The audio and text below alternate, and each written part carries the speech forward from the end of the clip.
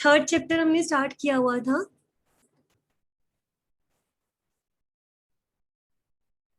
Sexual reproduction in the human beings, और next topic हम spermatogenesis तक कर चुके थे, ध्यान होगा आप लोगों को। नेक्स्ट टॉपिक करने से पहले एक बार हमने जितना अब तक किया था उसको रिकॉल कर लेते हैं, रिवाइज कर लेते हैं, ताकि कंटिन्यूटी बनी रहे। उसके बाद हम नेक्स्ट टॉपिक स्टार्ट करेंगे। तो चैप्टर है ह्यूमन रिप्रोडक्शन। थोड़ा सा मैंने बताया था इसमें समझने वाला और कॉम्प्लिकेशन ज्यादा है। अगर प्रीवियस लेक्चर्स का कोई डाउट रह गया है, अभी मुझे मैसेज कर दो, बीच में बोल दो, बाद में मैसेज कर देना, कोई इशू नहीं है। बट द पॉइंट इज कि जस्ट से पहले कि हम नेक्स्ट टॉपिक करें, प्रीवियस आपको क्लियर होना चाहिए इसके अंदर। अब तक हम male reproductive system, female reproductive system पढ़ चुके थे, स्पर्मेटोजेनेसिस हमने पढ़ लिया था, फीमेल्स में ओव्यूलेशन कैसे होती है, कॉर्पस ल्यूटियम क्या था, मेन चीजें वो मैं बोल रही हूँ। वास डिफरेंशिया, वासा फ्रेंशिया, इनमें डिफरेंस क्या है, वास डिफरेंस एंड वासा फ्रेंशिया, इसमें डिफरेंस क्या है। तो यहाँ से हमने स्टार्ट किया था ह्यूमन रिप्रोडक्शन। हमें पता है कि we humans are sexually reproducing organisms, ये सेक्सुअल हमारे में नहीं होता है। वी आर वीवी पैरस, वीवी पैरस समझते हो ना, जब कोई यंग वंस को ही जन्म देता है, एग्स नहीं देता, तो उसको क्या कहते हो, वीवी पैरस। अगर कोई ऑर्गेनिज्म एग्स ले करता है, बाद में उसमें से ऑर्गेनिज्म निकलता है, तो वो क्या होंगे, ओवी पैरस। तो हम क्या है बेटा, viviparous, we give rise to the young ones. ठीक है। मेल गमीट क्या होते हैं, स्पर्म। फीमेल गमीट्स कौन से होते हैं, एग्स होते हैं। ठीक है। उसके बाद हमने किया था कि ये इवेंट्स होती हैं, रिप्रोडक्टिव इवेंट्स ह्यूमंस के अंदर, मेल और फीमेल के अंदर। अगर आप मेल फीमेल अलग अलग नहीं है इसमें, प्रॉपर अगर आपसे ये पूछा जाए कि रिप्रोडक्टिव इवेंट्स ह्यूमंस के अंदर, मेल फीमेल नहीं, ओनली ह्यूमंस के अंदर क्या सीक्वेंस होती है किसी भी ह्यूमन में, पहले गेमीट्स बनेंगे, गेमीटोजेनेसिस होगा, फिर इंसेमिनेशन होता है। मेल गेमीट का फीमेल की बॉडी के अंदर जाना, रिलीज होना is known as the insemination. फिर उनका फ्यूजन होना, मिलना is known as the fertilization. Fertilize होने के बाद अगर सक्सेसफुली फर्टिलाइजेशन हो जाती है, उसके बाद वो जब इम्प्लांट हो जाता है, अटैच हो जाता है एक मदर के यूट्रस के अंदर, जिस वक्त उसे कंसेप्शन कहा जाता है कि फीमेल कंसीव करती है, technically this is known as the implantation. फिर वो जो एम्ब्रियोनिक डेवलपमेंट होती है, पूरा जो फीटस डेवलप होता है मदर की वोम्ब के अंदर, मदर की यूट्रस के अंदर, that is gestation. Gestation period 9 months का होता है जो। ठीक है। पार्ट्यूरेशन, बच्चे को जन्म देना, delivery of the baby is known as parturition. ये सीक्वेंस याद रखनी है आपको। सॉरी। मेल और फीमेल गेमीट का जब फ्यूजन होता है तो जाइगोट बनता है, जाइगोट डिवाइड होता है और ब्लास्टोसिस बनता है और फिर यूट्रस में अटैच होता है। This is a very common question कि कौन सी स्टेज में जो फीटस है वो माँ के यूट्रस में अटैच हो जाए, दिस इज द ब्लास्टोसिस्ट। कई बार इसका डायग्राम बनाना भी आ जाता है कि वो स्टेज का नाम लिखो जिसमें वो फीमेल के यूट्रस में अटैच हो रहा है, और उसका डायग्राम भी बनाओ, this is the blastocyst. Cyst का मतलब होता है बेटा फूला हुआ, ब्लास्टो का मतलब होता है कैविटी। तो जब आप डायग्राम बनाओगे तो आपको इतना पता हो जाएगा नाम से कि बीच में आपको एक कैविटी बनानी बनानी है। 64 सेल्स की ये स्टेज होती है। फर्टिलाइजेशन के लगभग 7 दिन के बाद इम्प्लांटेशन होती है। जनरल बातें ये सब। जेस्टेशन पीरियड 9 मंथ्स का होता है, ऑलमोस्ट 36 to 38 वीक्स। ठीक है। मेल बॉयज में प्यूबरिटी की एज क्या है, गर्ल्स में क्या है, अदर कंट्रीज में क्या है, हमें क्या है, इंडिया का मेनली ध्यान रखना है। ये अलग अलग क्यों होती है बेटा, इन्वायरमेंट की वजह से। हॉट एनवायरमेंट में हार्मोनल चेंजेस अलग होते हैं, कोल्ड में अलग होते हैं, तो इन्वायरमेंटल वेरिएशंस डायरेक्टली और इनडायरेक्टली हमारी बॉडी को काफी अफेक्ट करती है। ठीक है। मेल के अंदर जो मेन हार्मोन होता है, this is the testosterone. Female में होता है ऑयस्ट्रोजन, इसको सिंपल ईस्ट्रोजन भी लिखा जाता है और ऑयस्ट्रोजन भी लिखा जाता है।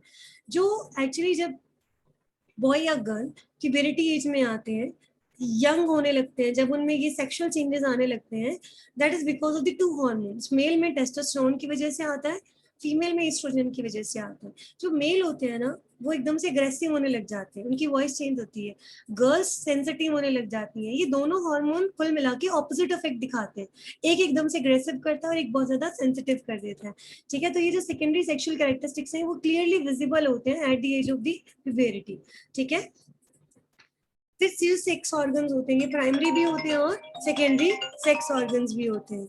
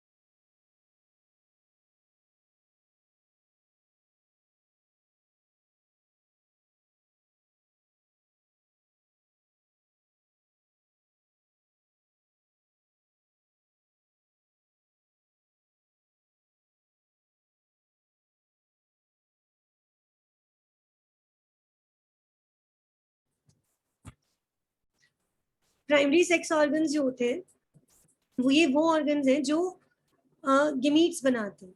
जैसे मेल में टेस्टिस है, मेल का गेमीट क्या है? स्पर्म। स्पर्म कहाँ बनता है? टेस्टिस के अंदर, ठीक है। फीमेल के जो गेमीट्स होते हैं एग्स, वो कहाँ बनते हैं? ओवरीज के अंदर। ओवम जिसको बायोलॉजिकली बोला जाता है, ये ओवरीज के अंदर बनते हैं, ठीक है।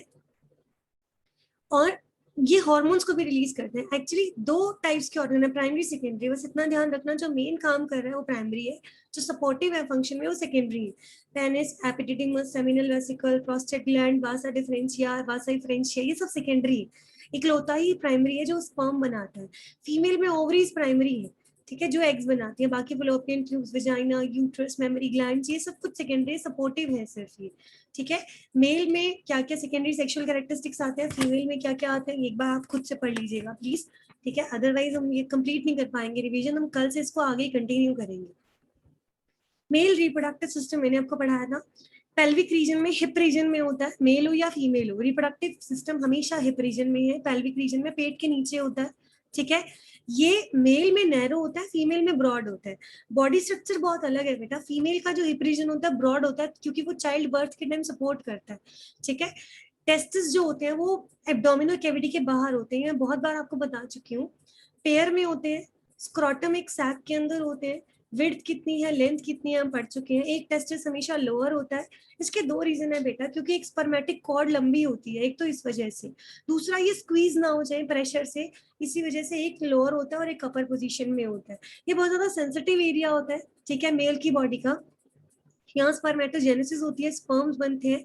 ये जो टेस्टिस होते हैं, ये मदर के वॉर्म में, जब बेबी बॉय होगा अगर, मदर के वॉर्म में ही टेस्टिस बन चुके होते हैं। लेकिन जब 7वां महीना आता है, जेस्टेशन का 7th मंथ आता है, तब ये बाहर निकलते हैं, एब्डोमिनल कैविटी के बाहर ये आते हैं। उस दौरान कभी कभी क्या होता है, किसी रीजन से ये नहीं आ पाती, तो उस टाइम पे बर्थ के बाद सर्जरी करके इसको बाहर निकालना पड़ता है, अदरवाइज वो मेल स्टेराइल कहलाया जाता है, फर्टाइल वो नहीं होता। एक हर्निया नाम सुना होगा तुमने। टेस्टिस जो है वो एब्डोमिनल कैविटी में ओरिजिनेट होते हैं, लेकिन 7th मंथ में इंग्यूनल किनाल के थ्रू ये बाहर आते हैं। कभी कभी इंग्यूनल किनाल का एक हिस्सा इसके अंदर रह जाता है जो काफी पेनफुल होता है, this is known as the hernia. तो इसका भी, इसका फर्टिलिटी से नहीं है, लेकिन ये पेनफुल होता है, तो इसको ठीक करना बहुत जरूरी है। लेकिन अगर ये बाहर नहीं आ पाते हैं तो वो स्टेराइल माना जाएगा। कुछ ऑर्गेनिजम्स ऐसे हैं जिनमें ये कभी बाहर आते ही नहीं, अंदर ही रहते हैं, क्योंकि उनकी बॉडी का टेम्परेचर ऑलरेडी लो होता है। बाहर आने का रीजन क्या है कि स्पर्म बनने के लिए बॉडी से 2 डिग्री टेम्परेचर कम चाहिए, बाहर रहेंगे तो टेम्परेचर कम होगा। जिनकी बॉडी में ऑलरेडी टेम्परेचर कम है तो उनमें अंदर ही ठीक है, बाहर आने की जरूरत ही नहीं है। तो वेल्स वगैरह में ये बॉडी के कुछ ऑर्गेनिजम्स ऐसे हैं जिनमें ये सिर्फ ब्रीडिंग सीजन में बाहर आते हैं, ठीक है। अब वेल्स और एलिफेंट में ये ऑलरेडी बाहर ही रहते हैं, क्योंकि उनका अंदर रहते हैं, बॉडी का टेम्परेचर क्या है, अंदर क्या है, वो लो होता है, तो कूलिंग की इनमें रिक्वायरमेंट नहीं होती, ठीक है। अब क्या है, मेल और फीमेल में क्या होता है बेटा, एक ही ओपनिंग होती है, सॉरी फीमेल में नहीं, मेल में एक ही ओपनिंग होती है जहां से स्पर्म भी बाहर आता है और यूरिन भी बाहर आता है। पेनिस के थ्रू स्पर्म भी बाहर आते हैं, यूरिन भी बाहर आता है। नाउ द पॉइंट इज कि ये दोनों एक साथ बाहर क्यों नहीं आते? ये सिग्नल होते हैं बेटा, नर्वस सिस्टम सिग्नल सेंड करता है।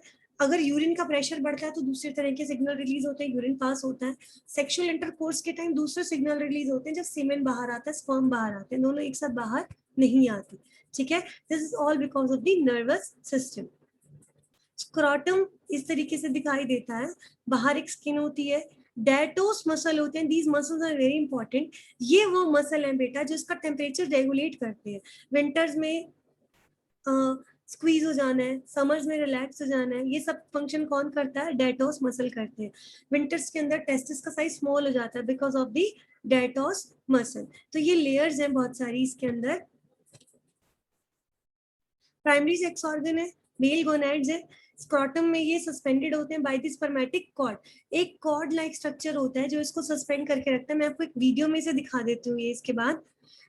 लेंथ कितनी है, विड्थ कितनी है, ठीक है। डेंस कवरिंग होती है, टेस्टिकुलर लोब्यूल्स होते हैं इसके अंदर। एक second,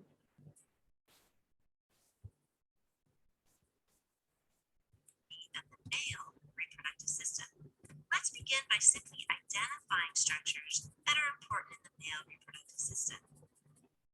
These include the vas deferens, also called the ductus deferens, the penis, the testes, Note that only one testicle is shown in the अब ये साइड व्यू दिखा रहे हैं बेटा, तो इसमें एक ही टेस्टिस नजर आएगा. the prostate gland, and finally, the seminal vesicle. You have to have a basic understanding of location in order to understand function and how all these structures work together. देखो ये सारे हिस्से हैं जो मेल रिप्रोडक्टिव सिस्टम का part है, लेकिन जो मेन है, प्राइमरी है, दिस इज द टेस्टिस, जहाँ स्पर्म बनते हैं. स्पर्म टेस्टिस में बन जाएंगे, लेकिन ये घूम के ऊपर की ओर जाके फिर पेनिस के अंदर आते हैं. रास्ता देख रहे हो, ये टेस्टिस है बेटा. टेस्टिस से ये देखो, ये वास्ट डिफरेंस, यहाँ से स्पर्म ऊपर जाता है, ये वाला रास्ता प्रॉपर घूम के ब्लैडर के थ्रू होके फिर ये पेनिस के अंदर आ रहा है. देख रहे हो, ये पूरा रास्ता. टेस्टिस और पेनिस बहुत पास पास है, लेकिन ये डायरेक्टली इसमें नहीं आते. पूरा रास्ता घूमकर ब्लैडर, यूरिनरी ब्लैडर से होते हुए पेनिस के अंदर आते हैं. ठीक है, तभी तो एक ही पास पैसेज होता है ना, यूरिन का और स्पर्म का एक ही पैसेज है. तो वो कौन सी ट्यूब है बेटा जो स्पर्म को टेस्टिस से ऊपर की ओर लेके जाती है? This is the vast difference. ठीक है,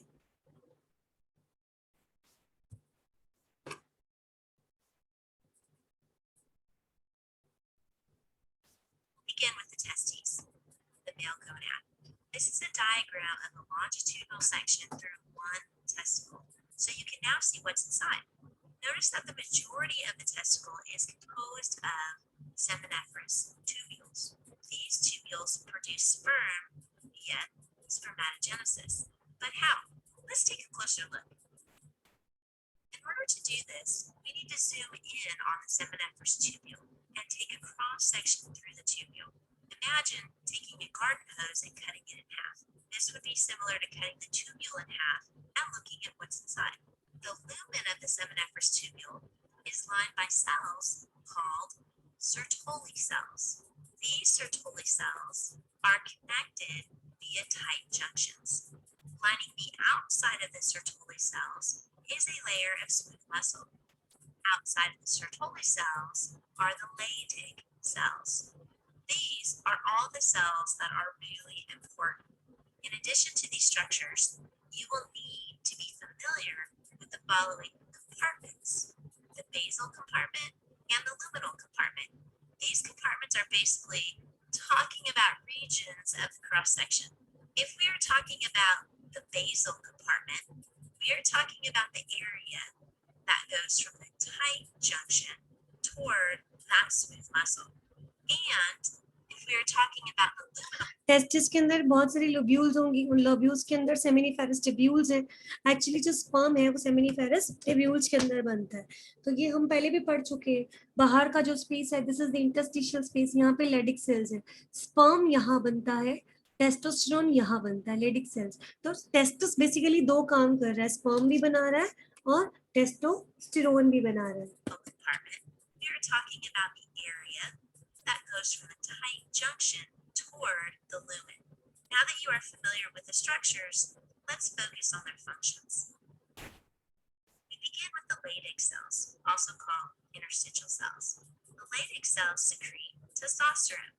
The Sertoli cells support sperm development, or what is referred to as spermatogenesis. The smooth muscle surrounding these Sertoli cells allows for peristalsis. This process is important as it will propel sperm through the seminiferous tubules. Well, that's all fine and dandy that the Sertoli cells produce the sperm, but how do the sperm get out of the seminiferous tubules and out of the testes? This is our next goal. So here are the sperm in the seminiferous tubules. The sperm has been produced by the Sertoli cells and released into the lumen of the seminiferous tubule.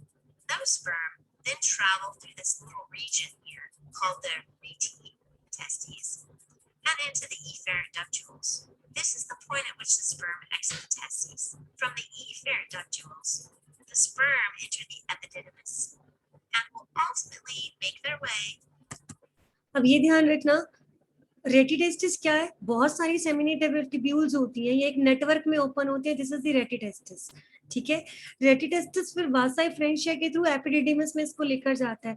Just behind the testis एक duct है, tube like structure, this is the epididymis. Front से देखो तो दिखाई नहीं देता, side view से दिखाई देती है epididymis.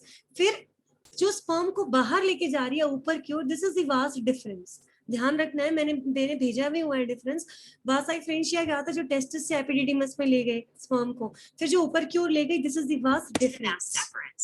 So that is the pathway the sperm are taking to get out of the testes.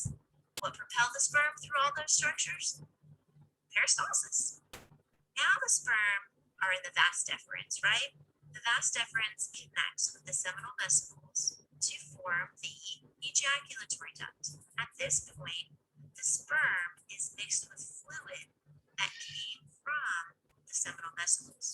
The ejaculatory duct penetrates through the prostate gland to join the urethra. As such, the sperm wind up in the urethra, which receives substances from the bulbourethral glands. Thus, both urine and sperm are in the urethra. So that was just the pathway that sperm take from the seminiferous tubules to the urethra. Now, let's look more closely at the accessory glands I mentioned earlier. The seminal vesicles secrete an alkaline fluid that contains fructose, enzymes, and prostaglandins. Remember, alkaline fluids are basic. The purpose of this alkaline fluid is to neutralize the acid that is in the female reproductive tract. Fructose is used for energy. Remember, sperm have to swim, so they need energy for motility. The enzymes in the fluid facilitate semen clotting. There are also prostaglandins in this fluid. These are for motility and viability of the sperm. The prostate gland is another accessory gland. The prostate gland secretes citrate, which is an energy source for sperm motility, and enzymes that will break down the semen clot once it is in the female reproductive tract. Okay, so take a second to make sure you understand. The semen clot's different.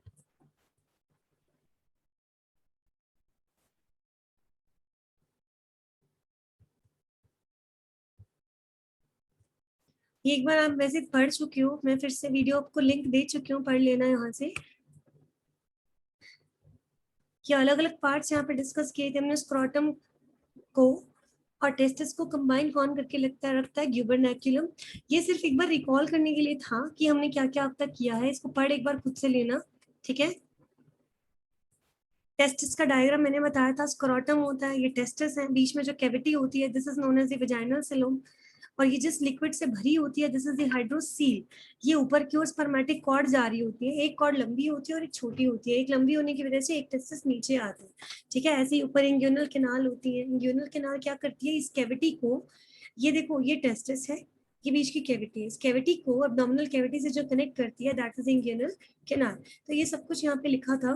Testis का अगर हम side view देखें तो ये green green colour की, इसमें बहुत सारी वो लोब्यूल सेमिनिफेरस ट्यूब्यूल्स दिखाई दे रही है। इन सेमिनिफेरस ट्यूब्यूल्स में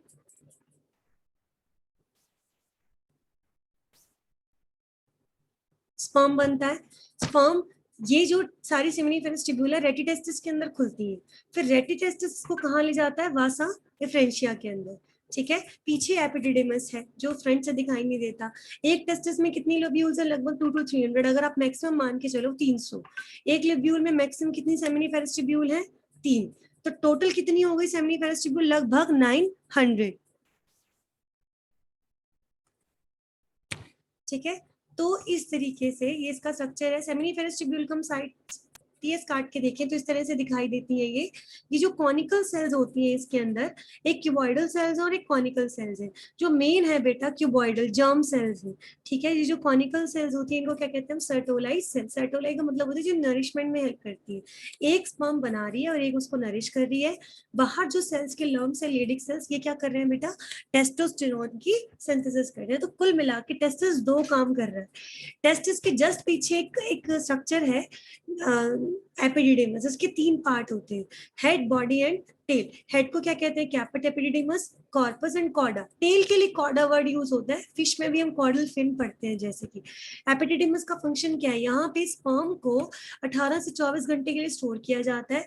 उस पीरियड के दौरान जो स्पर्म्स है वो मेच्योरिटी जो है वो अपनी अटेन करते हैं, ठीक है। कुल मिला के ऐसा दिखाई देता है। एक मैंने आपको डायग्राम शेयर भी किया हुआ है, ये बनाने में थोड़ा रफ है, उस डायग्राम में क्लियर था। ये एक स्क्रॉटम, ये एक स्क्रॉटम, ये दूर दूर बनाए हैं बेटा, अदरवाइज बहुत पास पास होते हैं, डायग्राम दिखाने के लिए दूर दूर है। ये टेस्टिस है बीच में, ये ब्लू ब्लू कलर का एपिडिडिमस है। एपिडिडिमस से एक नीचे से बेस से ट्यूब निकलती है, this is the vast difference. ये क्या करती है, नीचे से आ रही है ऊपर क्यों, यूरिनरी ब्लैडर से होती हुई यहाँ आके यूरिथ्रा पे कंबाइन हो जाती है। ये ब्लैडर था बेटा, यहाँ यूरिन होगा, ये ट्यूब आती आती ब्लैडर से ही कंबाइन होगी, कुल मिला के सारी जो एक्सेसरी ग्लैंड्स हैं उनको यूरेथ्रा में कंबाइन होना, सेमिनल वेसिकल्स हैं, प्रोस्टेट है, वास डिफरेंस है, ये एक कॉमन ओपनिंग में कंबाइन हो गई। ये जिस जगह कंबाइन हो रही थी, दिस इज द एम्पुला। ये रास्ता अब क्या कहलाया जाएगा, यूरिनोजेनाइटल ट्रैक्ट। अब इसमें यूरिन भी आ रहा है और इसमें स्पर्म भी आ रहे हैं। ये फिरोजी कलर का पेनिस है, इसके अंदर से ये होके गुजरेगा। पेनिस की जो ओपनिंग है, यहाँ पे फोरस्किन होती है, ग्लैंस पेनिस कहते हैं जिसको, स्वॉलन टिप होती है। तो बड़ा सिंपल सा ध्यान रखना है, एपिडिडिमस के बेस से वास डिफरेंस आ रही है, ये स्पर्म लेके आ रही है, प्रोस्टेट ग्लैंड से लिक्विड अलग आ रहा है, सेमिनल वेसिकल से अलग आ रहा है, ये सारी कहाँ ओपन हो रही है, यूरेथ्रा के अंदर। ठीक है, तो अल्टीमेटली ये नीचे की ओर ओपन होती है, पेनिस के थ्रू बाहर आते हैं। ये सारी डिटेल है बेटा इसकी, यहाँ से पढ़ लेना एक बार, अलग अलग ग्लैंड्स का क्या क्या फंक्शन है ये भी।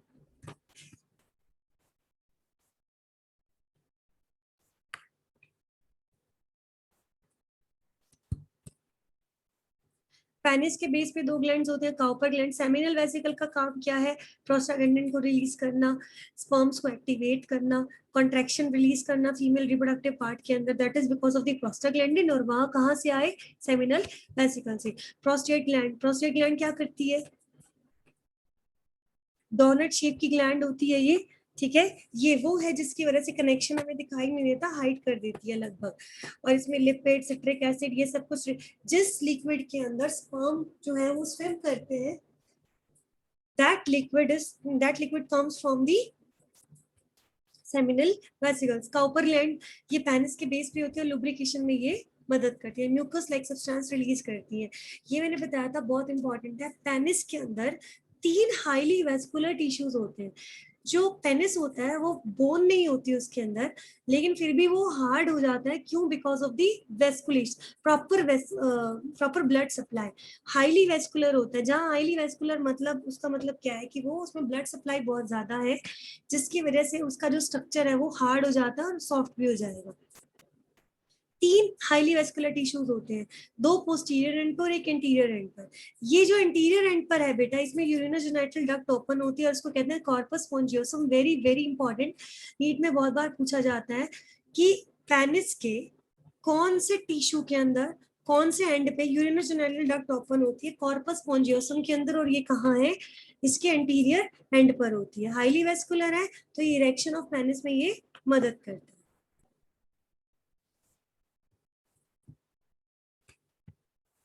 ठीक है, तो ये था about the male reproductive system. Female reproductive system में प्राइमरी सेक्स ऑर्गन क्या है, ओवरी, सेकेंडरी में यूट्रस, फेलोपियन ट्यूब्स, वेजाइना और तरह तरह की क्या है, ग्लैंड्स। ठीक है, अब इसका मैं एक बार एनिमेशन दिखाती हूँ आपको। पेल्विक रीजन में होता है, पेल्विक रीजन फीमेल का ब्रॉड होता है as compare to the male. Fallopian tube को ही ओविडक्ट्स बोला जाता है बेटा, कंफ्यूज नहीं होना। Vagina and the external genitalia located in the pelvic region. Along with a pair of mammary glands, it supports the process of ovulation, fertilization, pregnancy, childbirth, and childcare. Let us study each organ in detail. The female reproductive system includes a pair of ovaries located one on each side of the lower abdomen. They are the primary sex organs as they produce the ovum or the female gamete. Each ovary is about 2 to 4 centimeters in length. They are connected to the pelvic wall and the uterus by ligaments called mesovarium. Each ovary is covered by an outer thin layer called the germinal epithelium.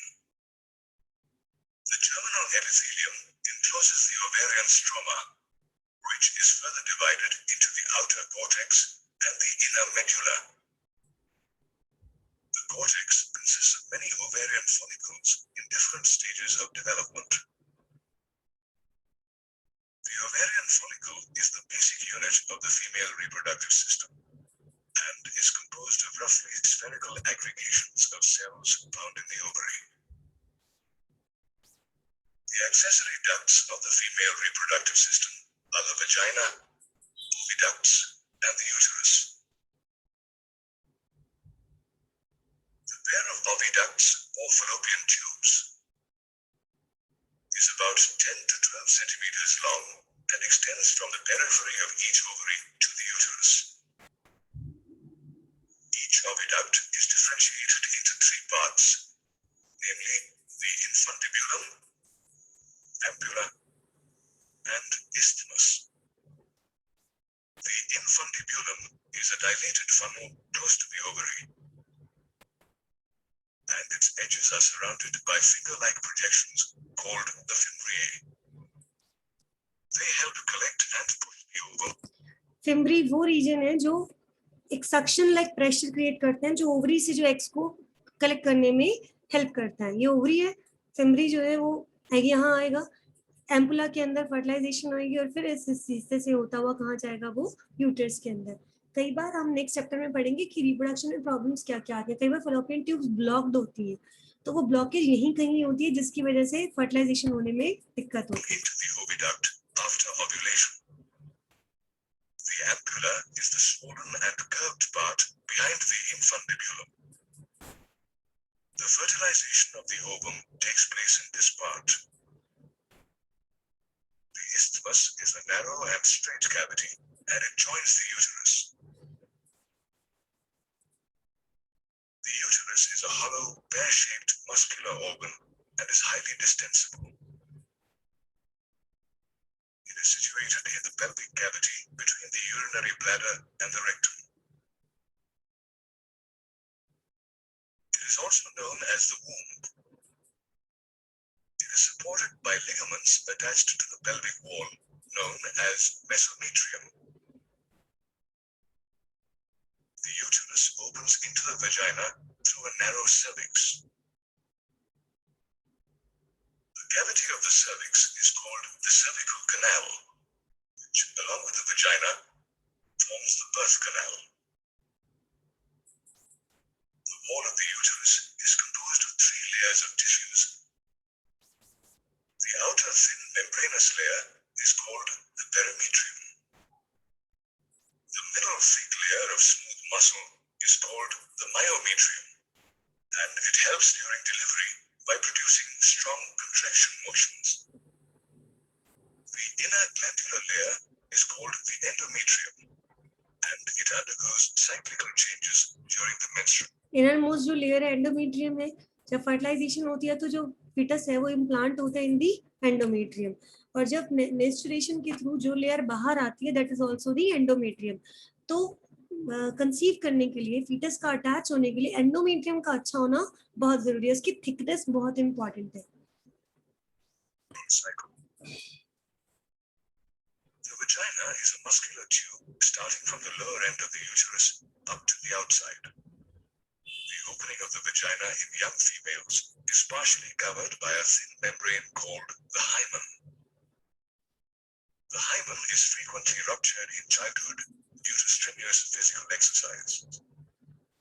The female external genitalia includes the mons pubis, labia majora, labia minora, and the clitoris. The labia majora consists of fleshy folds of tissue that extends down from जो outer most layer है vagina की, जो pubic hair से covered होती है, this is the labia majora. the mons pubis and surrounds the vaginal opening. Hidden under the labia majora is the labia minora. Towards its upper end lies the clitoris, a small finger-like structure, and below it is the urethral opening. The female reproductive system is supported by the mammary glands. The mammary glands or breasts are modified sweat glands that lie over the pectoral muscles. They contain glandular tissues and a variable amount of fat. Internally, each breast is divided into 15 to 20 mammary lobes containing clusters of cells called the alveoli. The alveoli open into the mammary tubules. The tubules of each lobe join to form the mammary duct. Several ducts join to form a wider ampulla, which is connected to the lactiferous duct. The lactiferous duct opens out through the nipple from which milk is sucked out.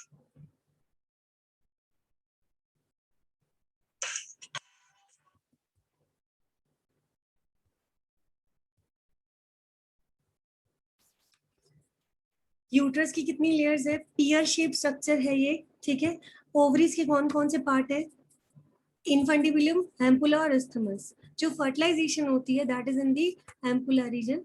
Uterus के सबसे close कौन सा reason है? Isthmus. इस तरह से इसमें questions आते हैं, ठीक है। एक्सटर्नल जेनिटेलिया में कौन कौन सी लेयर है? Mons pubis, majora, minora, hymen and clitoris, ठीक है। और एक चीज ध्यान रखना, ये जो सर्विक्स रीजन होता है बेटा, इसमें दो ओपनिंग होती है। ऊपर वाले को कहते हैं इंटरनल ऑरिफिस और नीचे वाले को कहते हैं एक्सटर्नल। ये कई बार पूछा जा चुका है लेबलिंग की, ऊपर वाले को क्या कहते हैं, नीचे वाले को क्या कहते हैं, ठीक है। तो ओएस का मतलब है ऑरिफिस, ठीक है। ओवरी के अंदर जब ओव्यूलेशन होती है, एग का रिलीज होना एक फीमेल के अंदर is known as the ovary. क्या होता है? साइकिल होता है 28 डेज का। शुरू में प्राइमरी फॉलिकल्स बनती हैं, ठीक है। प्राइमरी फॉलिकल्स का एक लंप होता है, बहुत सारी है। फिर धीरे धीरे इनमें से एक प्राइमरी फॉलिकल बड़ी होने लगती है। फ्लावर जैसा स्ट्रक्चर दिख रहा है, एक फॉलिकल बड़ी हो रही है। जब वो पूरी तरह मेच्योर हो जाते हैं, this is known as the Graafian follicle, ठीक है। अब ये मेच्योर होती है, फिर ये रप्चर होती है, फटती है और एक सेकेंडरी ओसाइट को रिलीज करती है। अब एग बोलते हैं, एग रिलीज हो रहा है, बट टेक्निकली जो सही वर्ड है वो है सेकेंडरी ओसाइट। एग का रिलीज होना is known as the ovulation. फिर जब ये रप्चर हो जाती है तो ये 3 स्टेजेस से होके गुजरती है, ठीक है। वो 3 स्टेजेस है, corpus haemorrhagicum, corpus luteum and corpus albicans. ये बहुत इंपॉर्टेंट है। जब ग्राफियन फॉलिकल रप्चर होती है, एग रिलीज करती है, तो 3 स्टेजेस आती हैं। कॉर्पस ल्यूटियम येलो कलर की स्टेज होती है। अगर कंसीव हो जाता है, फर्टिलाइजेशन हो जाती है, तो ये मेंटेन रहती है। ये टेम्परेरी ग्लैंड का काम करती है और ये प्रोजेस्टेरोन हार्मोन रिलीज करती है। ये इंपॉर्टेंट है। ओव्यूलेशन कब होती है? साइकिल के 14th डे पे। तो तभी बोलते हैं जितने भी दिन का एक फीमेल का साइकिल हो, मतलब जितने दिन बाद भी उसको मेंस्ट्रुएशन होती हो, उसका हाफ काउंट कर लो मिडल डेज। वो मिडल डेज उसके सबसे फर्टाइल डेज होते हैं, क्योंकि उस टाइम पे जो है वो एग रिलीज होने के चांसेस सबसे ज्यादा है। ये जो वेजाइना का जो ये वाला डायग्राम दिखाया गया है, ऐसे बना लेना इसको। जो ऊपर का पार्ट है, दिस इज मोन्स प्यूबिस। अंदर 2 अलग अलग पोर्शन दिखाए गए हैं। ये यूरेथ्रल ओपनिंग है और ये वेजाइनल ओपनिंग है। फीमेल में अलग अलग होते हैं, यूरिन की ओपनिंग अलग है और जो वेजाइनल ओपनिंग है वो क्या है, अलग है, ठीक है। वेजाइनल ओपनिंग एक लेयर से कवर्ड होती है जिसे हाइमन कहते हैं। थिन मेम्ब्रेन होते हैं, कई रीजन से ब्रेक हो जाती है, तो this is not the only indicator of the virginity. ये जो ओपनिंग है यूरेथ्रल है, इसमें कोई मेम्ब्रेन नहीं है। दिस इज द क्लाइटोरिस, ठीक है। तो ये सारा एक बार अपने आप से पढ़ लेना, इस डायग्राम को इस तरीके से बना लेना जिससे ये इजी हो जाएगा समझना। मेमोरी ग्लैंड में फैटी टिश्यूज होते हैं, लेक्टिफेरस ग्लैंड्स होती हैं। ये कहाँ ओपन होती है? पिंक पिंक कलर का रीजन होता है, उसको क्या कहते हैं, एरियोला, ठीक है। एम्पुला जो स्वॉलन एरिया जहाँ ये ग्लैंड जो है वो ओपन होती है, टेम्परेरीली ये मिल्क को स्टोर करके रखती है। इसके बाद हमने स्पर्मेटोजेनेसिस वगैरह किया था, हम आगे कल इसके बाद नेक्स्ट टॉपिक भी स्टार्ट कर देंगे।